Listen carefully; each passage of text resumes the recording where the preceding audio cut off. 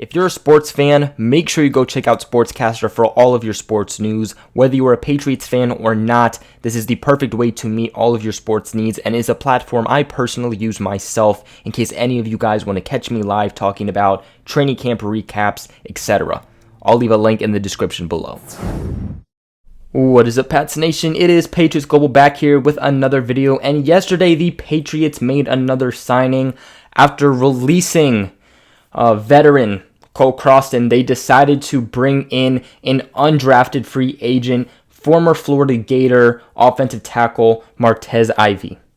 He'll bring to the Patriots a fairly decent size and build. He isn't going to be anything that shocks you too much. He's 6'5", 315 pounds.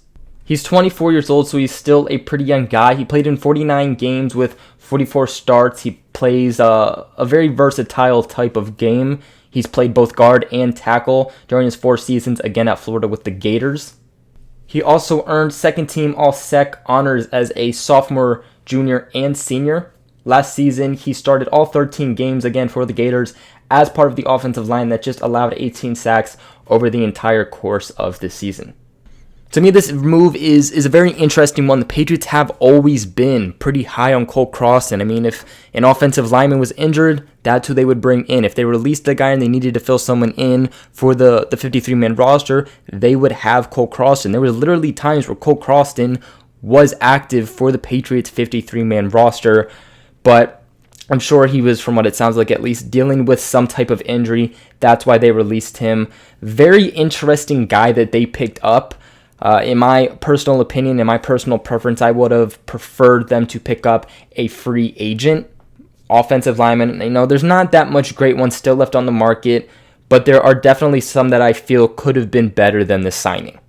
In 2015, he played 12 games, starting in the last 8 as a left guard. Also, again, saw time at tackle, but he was a backup tackle. From what it sounds like, his time so far with the Patriots has not been good. He's been getting beat pretty bad, and he's had to, because of that, go and run laps.